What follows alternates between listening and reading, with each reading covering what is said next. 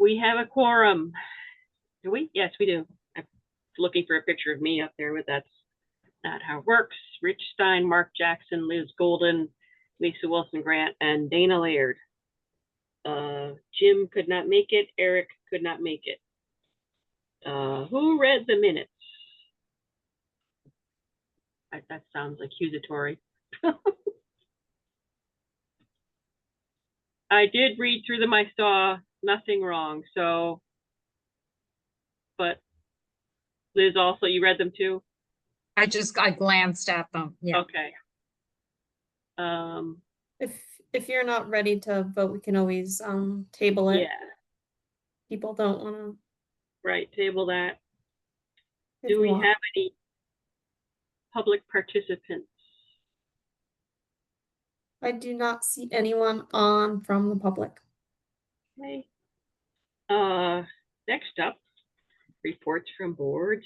Diane Jelleret on Norwalk Historical Society. Good evening, everyone. Welcome back. Hope everybody had a great August. Just since the last time that we met in July, we had a couple events with the Norwalk Historical Society. We had a summer beer tasting at the end of July. Went really well at Mill Hill. That's always lots of fun. And then last week, if you attended the our annual concert now at the museum last Thursday with the Cooked Up Band, it was fun, and we got to see a beautiful sunset at the same time. So if you haven't checked out the backyard at the museum, please do.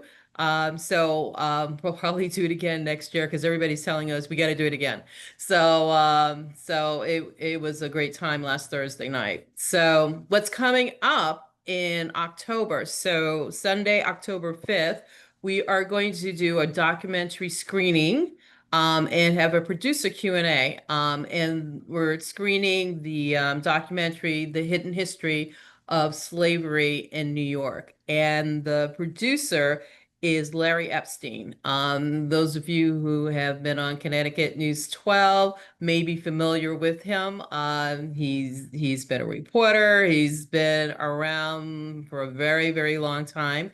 Right now, he actually living on the New York border side of, next to Connecticut in New York. He was living in Connecticut. So he's an independent producer. And so he did this documentary probably a couple years ago, and last year it won the New York Emmy Award. And it's telling the untold stories about slavery in New York, and he's the one who actually put this together.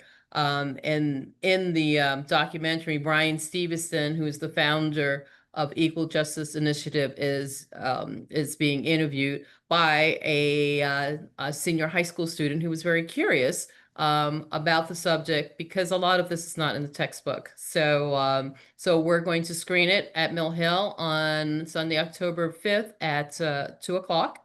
And there's going to be a Q&A. And Larry's also going to include information about the slavery in Connecticut itself. So it's not all just about New York. And he's excited about doing this, and we hope that you can come out. So sign up and come out on the 5th. And the other thing that we're going to be doing in October, this is kind of in preparation for Halloween, it's Vampires in Connecticut. And that's going to be on October 26th. That's a Sunday from 2 to 3. And this one's going to be virtual. And the speaker for this is Dr. Nicholas Bellantoni, and a lot of people recognize his name. He is the former Connecticut State archaeologist. So a lot of people know who he is. And so he's going to talk about, there's a lot of folklore about vampires in Connecticut, which you may or may not know about. And so it's kind of fun to listen to his stories and what he found as an archaeologist. And this would have been in the 1990s. So he has a lot of stories to tell about that. So that'll be fun to do. So those are the two things that we're doing in October, and we have another talk scheduled for November 9th with Mark Albertson on the military and militia. I'll give you more on that on the next meeting. And the other thing is we're actually rotating some of the collection in the Newark Historical Society Museum. So we're replacing a lot of the items that are in our boardroom with, we have a big collection of needlepoint. So we're pulling that out out of storage and putting it on the walls. And we're also updating the WPA mural room with more of our collection that people haven't seen, changing paint colors. So you will see that by December. And the reason is by December is, believe it or not, it has been 10 years in December that we reopened as the Newark Historical Society Museum. So 2015, that was December 7th. So we're going to have a open house. So you'll be getting your notice to come in. And because we always have an open house, so we will be at the museum. And we will be celebrating 10 years being back here, and after all the restorations and renovations that have occurred in this building. So we're excited. And that's pretty much what's going on. Diane, are you doing anything for Halloween specifically, like a movie, or not this year? We're not doing the movie. We're doing the talk that The talk. Nick's doing, Vampires in okay. Connecticut. So Got it. again, that's virtual. So lots of people can get access to that. They don't have to come in person. Thank you. Mm-hmm. Nick Valentoni is very interesting to hear. Yeah. Very, I can't think of the right word, but anyway, I highly recommend. He could talk about like a pen and make it seem interesting.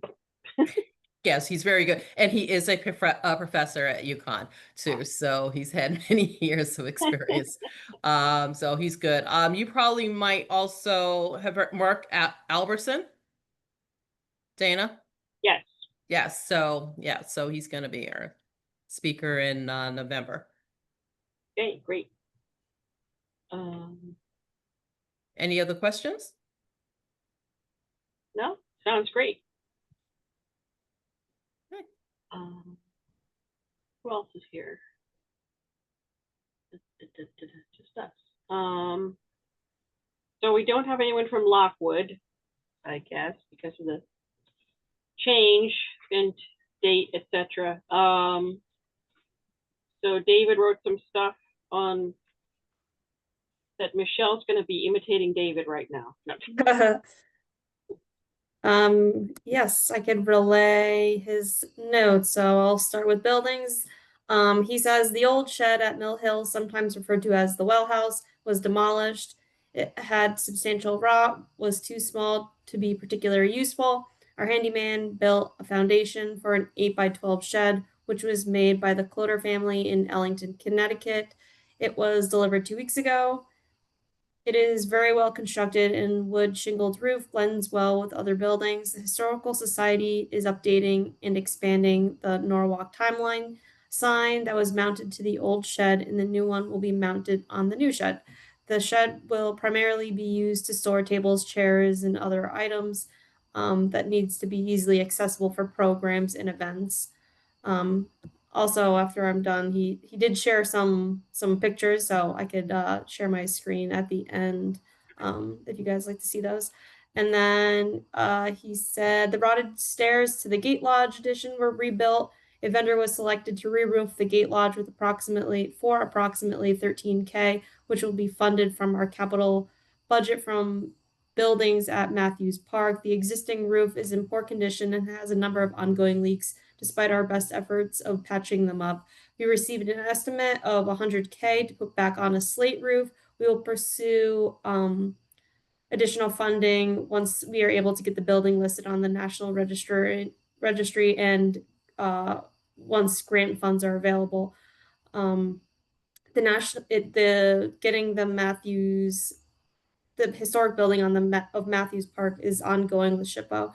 The non-working video security system at Mill Hill and the museum at City Hall will be replaced. City sourced vendor for approximately $7K and $12K. The systems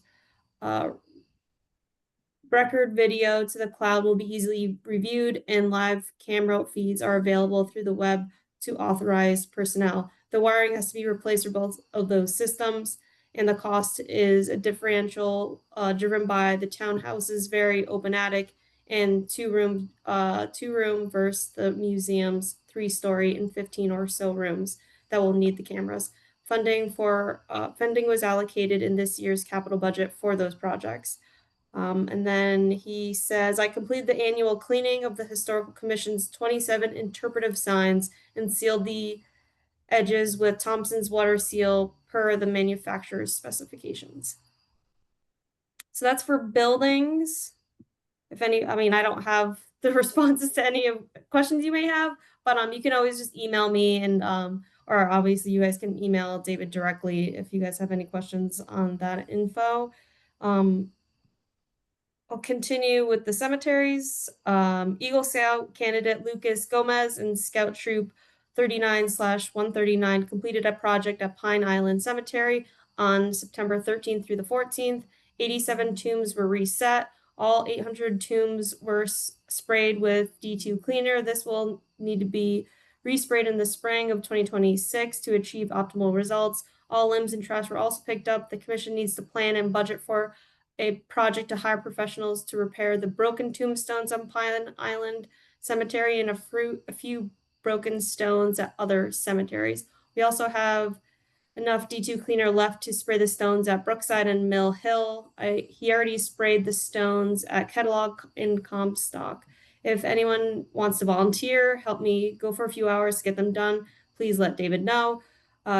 We purchased 20 gallons of the D2 cleaner for $832. We used about 12 gallons at Pine Island. And then lastly, financials, which is pretty short. He said the Munis system is temporarily down and he won't be able to get the updates for the actual reports to share with you guys until next week. And the facilities manager will be providing us with a monthly report of all spending they charge to our account. And then I just will share some of those images he sent over.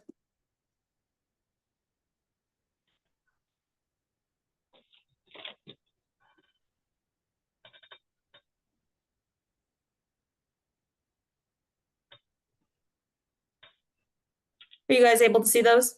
Yep.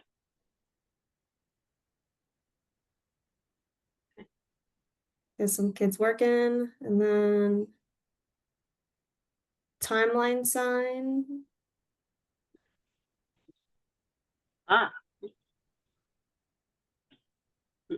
Shed. Shed being carried away. And that's all he sent. wait, is that the new shed or the? That's the new shed. It looks Okay, great. yes. Yeah, it looks great. Yeah, They had that's to the break new down shed. the well house. It was falling apart. Mhm. So I saw it yesterday. It looks great. Yeah, it no, has it's that wooden perfect. foundation around it. Mm-hmm. Great.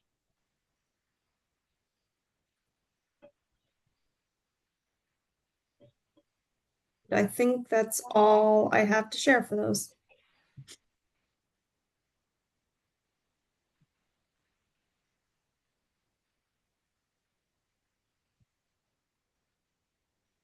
Okay. Old business. I had mentioned about the demolitions going on that we're kind of out of sync with their notifications. Is that something we talk about now or later? So for is it 61 Witch Lane and 80 Highland?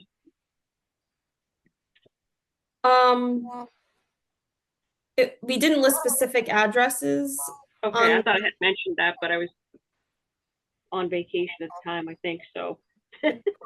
You guys can vote to just talk about the lack of notice and maybe some concerns, but I would be more concerned about speaking on specific addresses without Right, particular property owners not being aware that their address is being discussed. So if you guys want to talk about maybe, yeah, the notice part.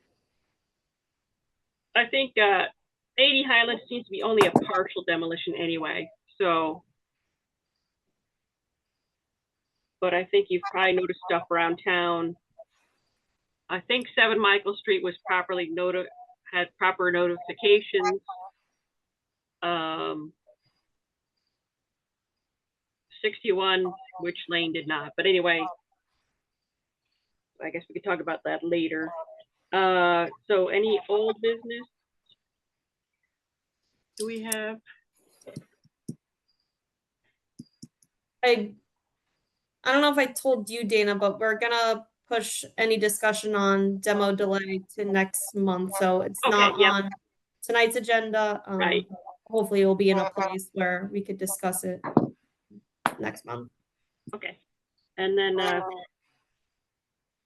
so new business, any new business? I don't think there is. Well, I mean, I might update. I'm working on a America 250 quilt for Middlesex Parish, which is it's most of it's in Darien, but at one time it was straddling the 5 Mile River with the Brookside area of Norwalk and Darien. So there's a whole website about the Middlesex Parish. So anyway, in getting the list of American Revolutionary War patriots, I happened to cross-reference them on the DAR index, and I discovered that there's more people than we have. So I think I'm going to go through all of the names for that are Norwalk and Rowayton / Darien to get a better list of who should be included in that, since next year's the 250th. Right. I think one of those people is buried at Pine Island. Yeah, and anyway, there's a lot more detail about it, but I just wanted to let you know that I'm trying to get a better list of the American Revolutionary War patriots, or people that are born here and buried elsewhere, and all the permutations thereof, or died here. Yeah, mostly that they were born and lived here, and they died Right. providing aid or being a patriot in the American Revolution. Or the one of Moses Mather's son, who was a prisoner of war and came back and died here. Right. Yeah. Right. Yeah, there was a lot of them that went to the sugar house. So anyway, that's just sort of an FYI Norwalk history related item. And Diane has a thing going on with 250th. Did we mention that yet, or am I just? Yeah, we haven't mentioned, but yes, we have 2 events that we are scheduling for. One is in June with History at Play. Basically a reenactor for Rachel Revere. That's in May. And then in July, we're going to be all set for Deborah Sampson, who is a female Revolutionary War hero. So so that's going to be in July. And then there's going to be one more thing, and we're still working on, we might actually have more stuff going on that day. So we're still working on that, but she's already scheduled for May and for July. Okay.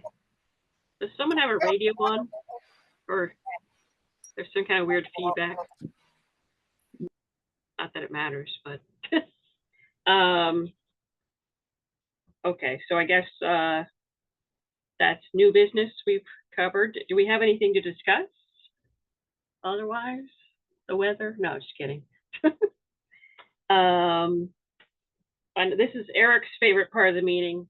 Who wants to be Eric today? I'll make a motion to adjourn. I'll second it. Okay. All in favor?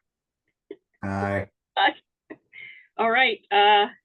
Thanks, everyone. And did we give them the good news about someone coming back on board officially? Oh, yes. David Westmoreland has been approved by Common Council on Wednesday's meeting that he can join the Historical Commission. So he just has to be sworn in. Yay. Great. Okay. So thanks to everyone.